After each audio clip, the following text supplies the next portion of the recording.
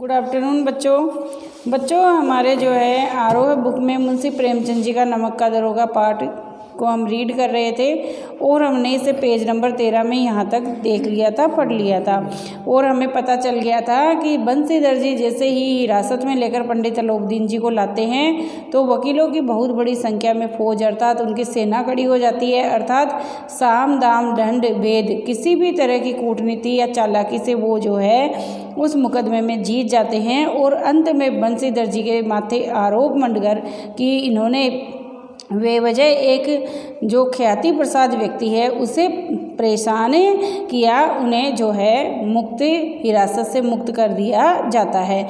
लेकिन इस प्रकार पंडित अलोपदीन जी जो है हिरासत से मुक्त होकर अपने घर चले जाते हैं, उनके घर वाले प्रसन्न होते हैं। लेकिन दूसरी तरफ जो है उनकी इतनी अधिक प्रतिष्ठा थी कि उन्हें नौकरी से हटा दिया जाता है और जैसे ही उन्हें नौकरी से हटा दिया जाता है और इसकी खबर उनके घर वालों को मिलती है तो उनके घर वाले दुखी हो उठते हैं और सबसे ज़्यादा उनके जो है पिताजी वह दुखी होते हैं, जो सोचते हैं कि जाते समय मैंने इसे बताया था कि यह अपना काम जो है बहुत ही अच्छे तरीके से करे, अर्थात पीर की मजार ऊपरी जो चढ़ावा होता है रिश्वत उसका भी ध्यान रखे, लेकिन इसने मेरा कहना नहीं माना। परिणाम स्वरूप आज नौकरी इसने खो दी है। दूसरी तरफ पत्नी भी रूठ कर बैठ जाती है और माताजी भी उनसे रुष्ट हो जाती है कि माताजी ने जो मनोकामनाएं पाल रखी थी कि वह जगन्नाथपुरी और रामेश्वर धाम की यात्रा करके आएगी तो वह पूरी नहीं होगी, क्योंकि जब नौकरी चली गई तो बच्चों इनकम अर्थात आर्थिक आय कहाँ से होगी।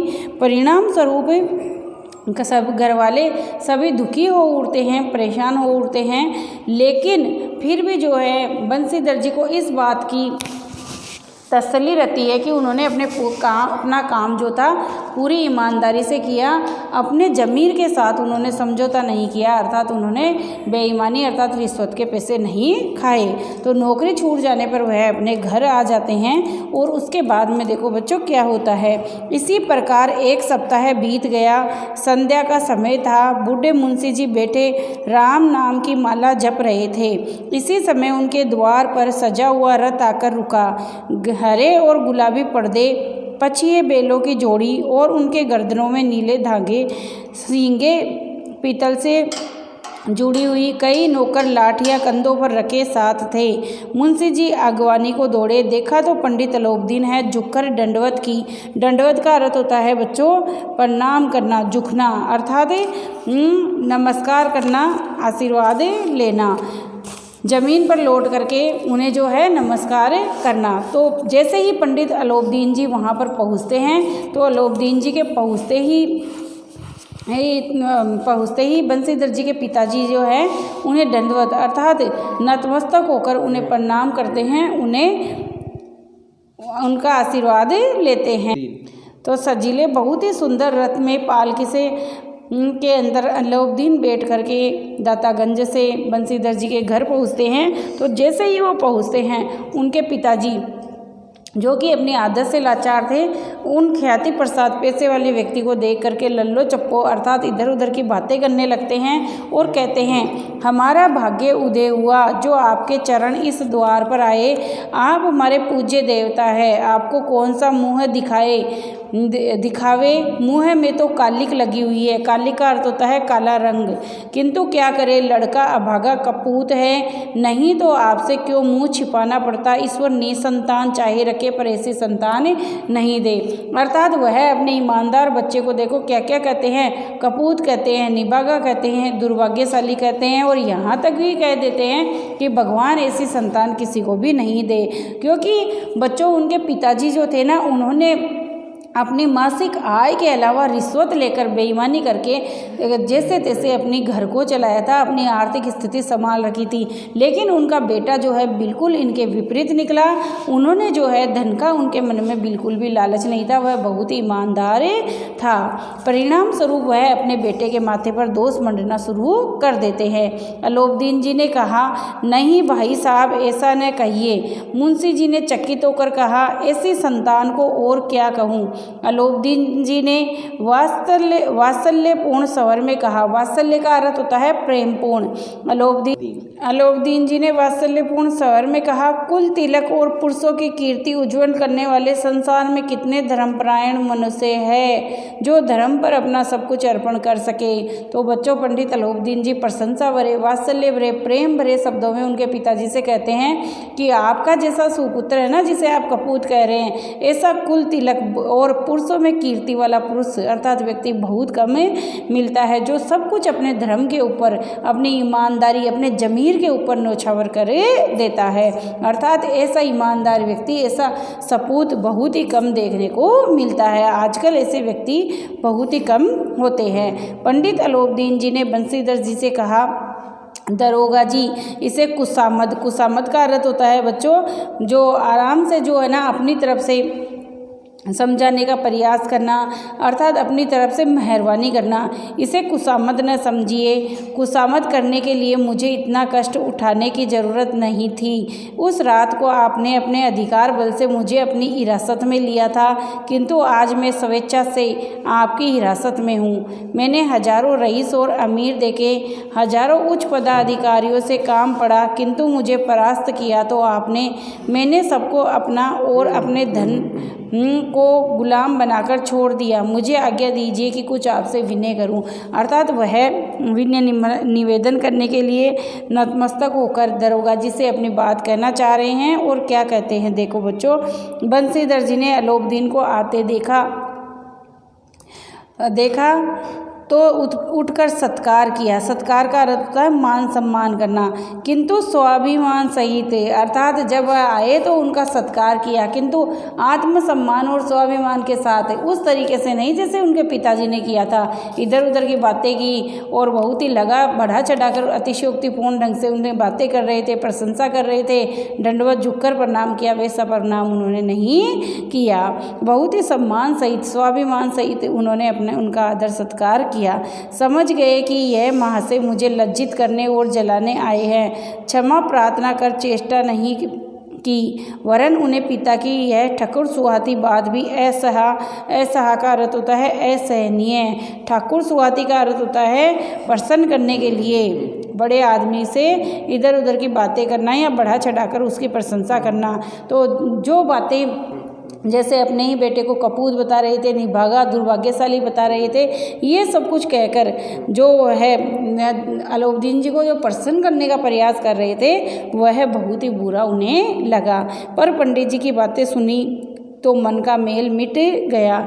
पंडित जी की ओर उड़ती हुई दृष्टि से देखा, सद्भाव झलक रहा था। गौरव ने अब लज्जा के सामने सिर झुका दिया।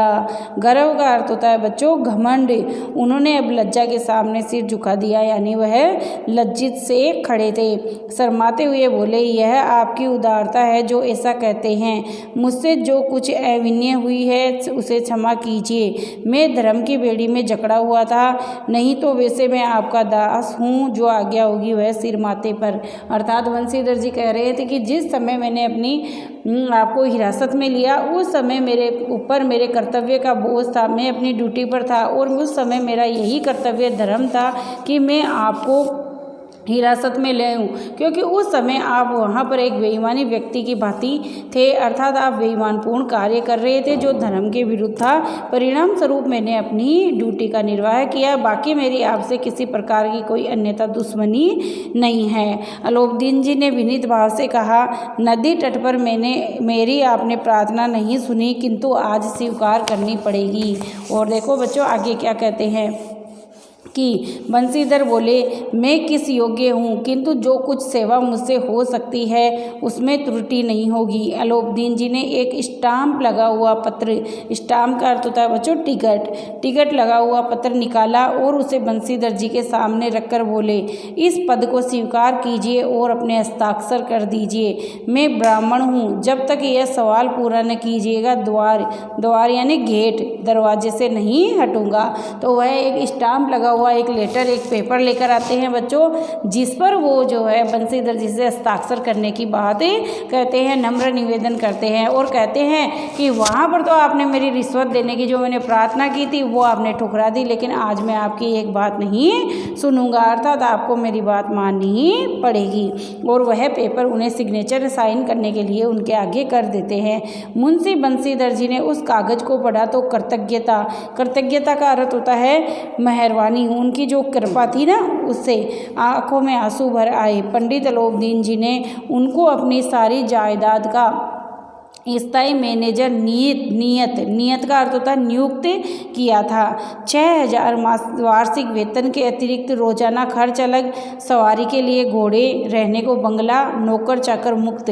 कंपित स्वर में बोले, पंडित जी मुझ में इतनी सामर्थ्य नहीं है कि आपकी उदारता की प्रशंसा कर सकूं, किंतु मैं ऐसे उच्च पद के योग्य नहीं हूँ। तो पंडित अलोपदीन जी ने उन्होंने अपनी सारी संपत्ति का स्थायी मैनेजर बनाया और मैनेजर बनाने के साथ साथ भौतिक सुख सुविधाएं थी ना, घोड़े, गाड़ियाँ, सवारी, पालकी, इसके अलावा 6,000 वार्षिक वेतन के रूप में डेली का खर्चा अलग, सब कुछ उन्हें उनकी व्यवस्था की, प्रबंध किया। लेकिन फिर भी देखो वो यहाँ पर भी अपना स्वाभिमान दिखाते हैं, लालच में नहीं आते हैं और बहुत ही जो है स्वाभिमान के साथ, सम्मान और आदर के साथ अलोपदीन जी से कहते हैं कि आप जो ये उच्च पद अपनी जायदाद संपत्ति का मुझे जो स्थायी मैनेजर नियुक्त करने जा रहे हैं वह मैं उस पद को प्राप्त करने योग्य नहीं हूँ, ऐसी योग्यता मुझ में नहीं है। तो अलोपदीन जी इसकर कहते हैं मुझे इस समय एक अयोग्य मनुष्य की ही ज़रूरत है। तो क्या कहते हैं? अयोग्य, और इसका विलोम कीजिए योग्य, अर्थात उनसे अधिक योग्यवान व्यक्ति कौन हो सकता है बच्चों, ये देख लिया था। और ये उन्होंने कैसे देख लिया था? जब उन्होंने रिश्वत के पैसे देने की बात की। तो देखो बच्चों 1,000 से उन्होंने रिश्वत देने की प्रारंभ किया था, जो 40,000 तक जाकर ठहर चुके थे कि 1,000 से लेकर 40,000 तक मैं रिश्वत देने को तैयार हूँ, आप इस रिश्वत की राशि को स्वीकार कीजिए। लेकिन वह व्यक्ति अर्थात बंसीधर जी दरोगा पद, जो इंस्पेक्टर थे, दरोगा पद पर नियुक्त थे, अपने कर्तव्य, अपने धर्म का निर्वाह किया, 40,000 तक के लालच में नहीं आए, जो वह 4 साल में भी नहीं कमा सकते थे। तो जो व्यक्ति इतना ईमानदार है, इतना योग्य है, इतना अच्छा है, उस व्यक्ति को उन्होंने अपने मन ही मन जो है अपनी संपत्ति का स्थायी मैनेजर नियुक्त करने का फैसला उन्होंने कर लिया था। और इसीलिए वह कहते हैं कि इस पद के लिए मुझे वास्तव में एक अयोग्य व्यक्ति की ही ज़रूरत है। फिर बंसीधर जी ने गंभीर का मतलब होता है बहुत ही सोच समझ करके गंभीर भाव से कहा, यो तो मैं आपका दास हूँ, आप जैसे कीर्तिवान सज्जन पुरुष की सेवा करना मेरे लिए सौभाग्य की बात है, किंतु मुझ में न विद्या है, न बुद्धि, न वह स्वभाव जो इन त्रुटियों की पूर्ति करता है। त्रुटि का अर्थ होता है बच्चों कमियों की। यह एक महान कार्य के लिए, ऐसे महान कार्य के लिए एक बड़े मर्मज्ञ अनुभवी व्यक्ति की ज़रूरत है, मनुष्य की ज़रूरत है। तो वह कहते हैं कि आप मुझे जो स्थायी संपत्ति का जो मालिक बना रहे हैं ना, उसके लिए तो एक मर्मज्ञ यानी बहुत ही जो मार्मिक होता है, नौकरी की इस पैसे की गहराई को बारीकी से समझता है, जानता, उसकी आवश्यकता होती है। तो आप इसके लिए एक योग्य व्यक्ति ढूंढिए, इतना अनुभव, इतनी योग्यता मुझ में नहीं है। फिर अलोपदीन जी देखो क्या कहते हैं। अलोपदीन जी ने कलमदान का अर्थ होता है जहाँ पर कलम अर्थात पेन रखे जाते हैं, कलमदान से एक कलम निकाली और उसे बंसीधर जी के हाथ में देकर बोले, न मुझे विद्वता की चाह है, न अनुभव की, न मर्मज्ञता की, न कार्य कुशलता की। इन गुणों के महत्व का परिचय खूब पा चुका हूँ, जिसके सामने योग्यता और विद्वता की चमक फीकी पड़ जाती है। यह कलम लीजिए, अधिक सोच विचार न कीजिए, दस्तखत कर दीजिए। दस्तखत का मतलब होता है बच्चों क्या होता है? ये पारसी का शब्द है। दस्तखत का मतलब होता है हस्ताक्षर। परमात्मा से यही प्रार्थना है कि वह आपको सदैव ही वही नदी के किनारे वाला बेमुरवत का अर्थ किसी भी प्रकार की इच्छा नहीं रखने वाला, उदंड, कठोर परंतु धर्मनिष्ठ दरोगा बनाए रखे। तो वह कहते हैं कि यह पद एक मर्मज्ञ व्यक्ति को दिया जाना चाहिए, अनुभवी व्यक्ति को दिया जाना चाहिए। तो वह कहते हैं कि इन गुणों का परिचय जो है ना मैं बहुत अच्छी तरीके से जान चुका हूँ, अर्थात ये सारे गुण आप में कूट कर भरे हैं। तो मुझे तो वही दरोगा, वही इंस्पेक्टर चाहिए जिसने मुझे हिरासत में लिया था, रिश्वत के पैसे नहीं लिए, अपितु अपनी नौकरी को ताक पर रख दिया था। तो वही धर्मनिष्ठ दरोगा मुझे चाहिए और ऐसे ही व्यक्ति को मुझे अपनी जो संपत्ति है, जो सारी जायदाद है, उसका जो है मालिक नियुक्त करना है। आगे वह कहते हैं कि बंसी, यह सब स्थिति को देखकर देखो बंसीधर जी की आंखें डबडबा गई आई। डबडबा का अर्थ होता है बच्चों भर गई, अर्थात उनके आंखों से अश्रु बह निकले। हृदय के संकुचित पात्र में इतना एहसान न समा। बंसीधर की आंखें डबडबाई, अर्थात उनके आंखों से नेत्रों से आंसू बह निकले। हृदय के संकुचित पात्र में इतना एहसान न समा सका। एक बार फिर पंडित जी की ओर भक्ति और श्रद्धा की दृष्टि से कांपते हुए हाथ से मैनेजरी के कागज पर हस्ताक्षर किए। अलोकदीन जी ने प्रफुल्लित होकर उन्हें गले लगा लिया, अर्थात अलोकदीन जी प्रसन्न हो उठे कि वास्तव में इन्होंने मेरी विनती स्वीकार कर ली। और इस प्रकार वह एक साधारण सा इंस्पेक्टर जो दरोगा पद पर नियुक्त था, वह उनकी सारी जमीन जायदाद का क्या हो जाता है, स्थायी मैनेजर, मालिक बन जाता है। तो बच्चों, इस कहानी से हमें यही प्रेरणा प्रोत्साहन मिलती है कि हमें कभी भी भ्रष्टाचार नहीं करना चाहिए, भ्रष्टाचार, रिश्वतखोरी, जमाखोरी नहीं करनी चाहिए।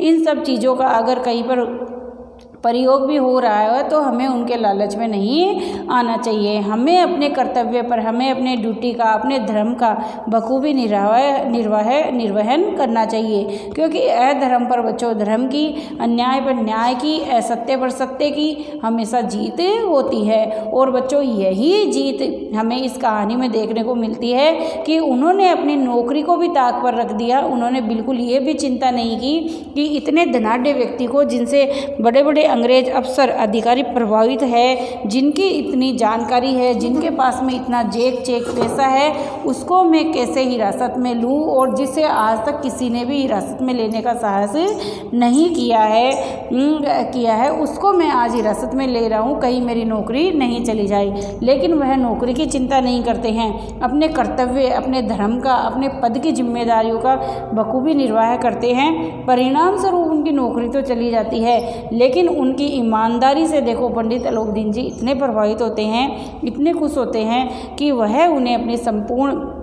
जमीन जायदाद का जो है स्थायी मैनेजर नियुक्त कर देते हैं। तो बच्चों, इस कहानी से हमें लास्ट में यही प्रेरणा मिलती है कि जो व्यक्ति अच्छा कार्य करता है, सच पर रहता है, सत्य के रास्ते पर चलता है, हमेशा उसी की जीत होती है और उसे इस सब का फल जो है एक दिन अवश्य मिलता है। तो इस कहानी से हमें जो है अधर्म पर धर्म की और अन्याय पर न्याय की, धन पर धर्म की जीत देखने को मिलती है। तो मुंशी प्रेमचंद जी की यह कहानी बच्चों सन 1914 में इसका प्रथम वर्जन जो संस्करण था वो प्रकाशित हुआ था। यह इनकी महत्वपूर्ण कहानियों में से एक कहानी है। और बच्चों, अगली हमारी जो वीडियो क्लास होगी ना, उसमें हम ब्लैक बोर्ड के अंतर्गत में इसके क्वेश्चन आंसर लिखकर आपको इसके क्वेश्चन आंसर समझाऊंगी।